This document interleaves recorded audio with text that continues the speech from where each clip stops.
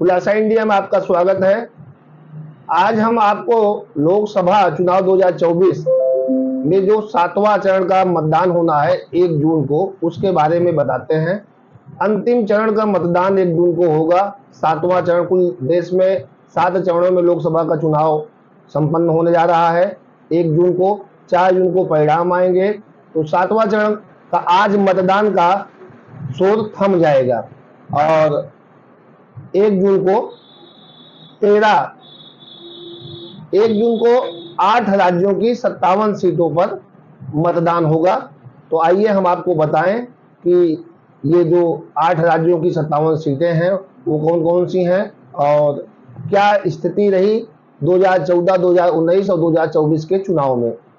2.5 महीने से जारी चुनाव प्रचार आज शाम थम जाएगा। 7वें चरण का मतदान 1 जून को होगा। फिर पूरा देश 2 जून को सुकून की रोटी खाएगा।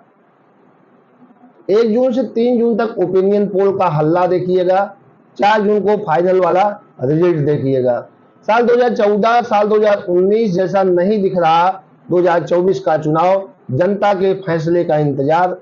लोकसभा 2024 के 7वें चरण में 8 राज्यों, केंद्र शासित प्रदेशों में 1 जून को मतदाता ईवीएम की बटन दबाकर 904 उम्मीदवार की किस्मत का करेंगे फैसला।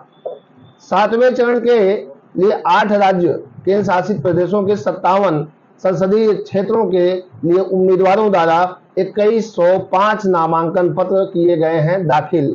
अब आपको हम बताएं कि साल 2019 से साल 2024 का चुनाव पूरी तरह से बदला हुआ है। 27 साल से पंजाब में बीजेपी के साथ मिलकर चुनाव लड़ने वाली अकाली दल इस बार अलग होकर चुनाव लड़ रही है। लोकसभा चुनाव के अंतिम चरण में 1 जून को उत्तर प्रदेश की 13 सीटों पर मतदान होना है। बिहार से लेकर यूपी तक में सियासी समीकरण बदले हुए हैं। तो बंगाल में ममता बनर्जी को अपनी सीटें बचाए रखने की चुनौती भी है। लोकसभा का आखिरी चरण तय कर देगा सत्ता की कुर्सी। जाने 8 राज्यों की 57 सीटों पर किसका पलड़ा भारी रहेगा। लोकसभा चुनाव अब फाइनल और अंतिम दौर में पहुंच चुका है। लोकसभा चुनाव के 7वें चरण में 8 राज्यों की 57 सीटों पर 1 जून को वोटिंग होनी है। इस फेज में 904 उम्मीदवारों की किस्मत दांव पर लगी है।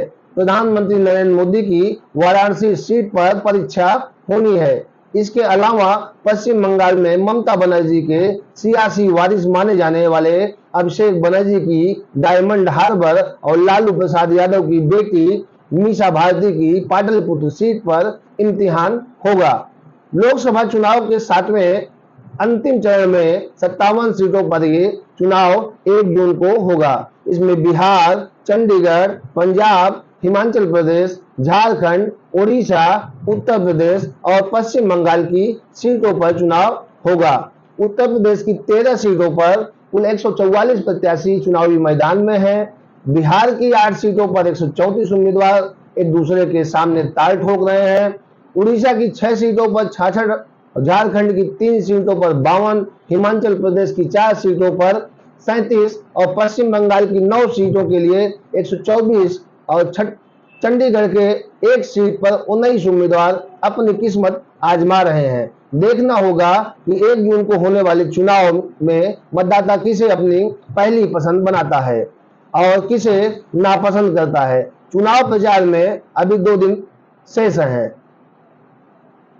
चुनाव प्रचार आज शाम थम जाएगा, उसके शोर समाप्त हो जाएंगे और उनकी पार्टी के स्टार प्रचारक आज दिन भर यानी शाम 5 बजे तक अपनी जान की बाजी लगाकर अपने उम्मीदवारों के पक्ष में वोट मांगने का कार्य करेंगे और उनको चुनाव जिताने का पूरा भरपूर प्रयास करेंगे। चुनावी जीत के लिए दिन रात एक कर मतदाताओं से अपने पक्ष में वोट देने की अपील भी करेंगे। 7वें चरण में सियासी समीकरण साधने में जुटे हैं पार्टियां।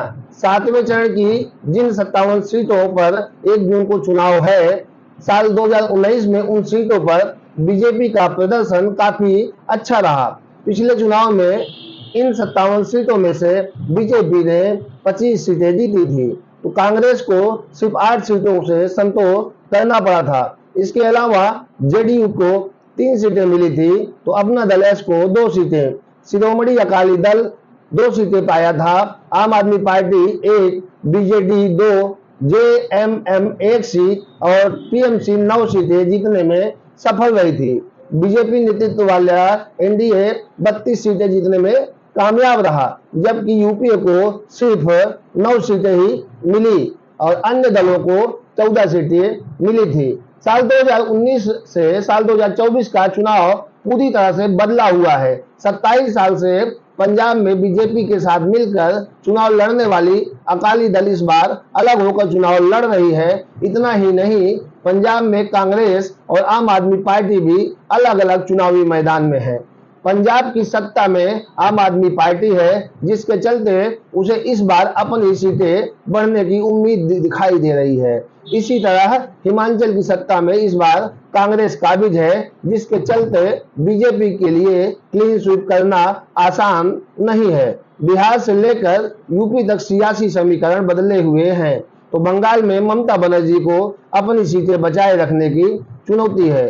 यूपी की 13 सीटों पर फंसी हुई है 144 प्रत्याशियों की सांसें। लोकसभा चुनाव के अंतिम चरण में 1 जून को उत्तर प्रदेश की 13 सीटों पर मतदान होना है। वह सीटें हैं महाराजगंज, गोरखपुर, कुशीनगर, देवरिया, बांसगांव, घोसी, सलेमपुर, बलिया, गाजीपुर, चंदौली, वाराणसी, मिर्जापुर और राबर्टगंज लोकसभा सीट शामिल है। ये सभी 13 सीटें पूर्वांचल क्षेत्र की हैं। साल 2019 के चुनाव में बीजेपी 13 में से 9 सीटें जीतने में कामयाब रही, जबकि 2 सीटें उसके सहयोगी अपना दल एस ने जीती थी और 2 सीटें बसपा को मिली थी। बसपा ने गाजीपुर और घोसी की सीटें जीती थी, तो अपना दल मिर्जापुर और राबर्ट्सगंज जीती थी। इस बार बीजेपी अंतिम चरण की 13 में से 10 सीट पर चुनाव लड़ रही है और 3 सीट पर सहयोगी दल है। अपना दल एस 2 सीट पर, तो ओम प्रकाश राजभर की पार्टी 1 सीट पर चुनाव लड़ रही है। वहीं इंडिया गठबंधन की तरफ से सपा 9 सीट और कांग्रेस 4 सीट पर चुनावी किस्मत आजमा रही है और कांग्रेस 4 सीट पर चुनावी किस्मत आजमा रही है। बसपा सभी 13 सीट पर चुनाव लड़ रही है। इस चरण का चुनाव पूरी तरह से जातीय बिसात पर होता नजर आ रहा है, जिसमें ओबीसी वोटों के लिए भी सियासी खींचतान है। इसके अलावा बसपा के दलित वोट बैंक को साधने की कवायद बीजेपी और सपा दोनों ही पार्टियां कर रही हैं। पूर्वांचल के जातीय समीकरण को साधने में जो सफल रहेगा, उसके लिए सियासी राह आसान हो सकती है। उत्तर प्रदेश में कई दिग्गजों की किस्मत दांव पर है। यूपी में 7वें चरण की हाई प्रोफाइल सीटों की बात करें तो इनमें पीएम मोदी की वाराणसी, चंदौली में डॉक्टर महेंद्र नाथ पांडे, गोरखपुर में अभिनेता सांसद रविकिशन की गोरखपुर सीट, बलिया में नीरज शेखर जो स्वर्गीय प्रधानमंत्री चंद्रशेखर जी के पुत्र हैं, तो मिर्जापुर में अपना दल एस की राष्ट्रीय अध्यक्ष अनुप्रिया पटेल की सीट शामिल है। आपको बता दें कि इन 13 सीटों में से 11 पर भाजपा गठबंधन को साल 2019 में जीत मिली थी। गाजीपुर और घोसी सीट पर विपक्षी दलों ने कब्जा जमाया था। इसके अलावा बलिया सीट पर भी इस बार कांटे की टक्कर मानी जा रही है। तो यहाँ 13 सीट उत्तर प्रदेश की है, जिस पर 1 जून को मतदान होना है। परिणाम 4 जून को सभी के एक साथ आएंगे। तो इन 13 सीटों के मतदाताओं से खुलासा इंडिया अपील करता है कि वह 1 जून को सबसे पहले उठकर मतदान केंद्र पर जाकर अपना मतदान करें, फिर आकर घर जलपान करें। बहुत बहुत धन्यवाद।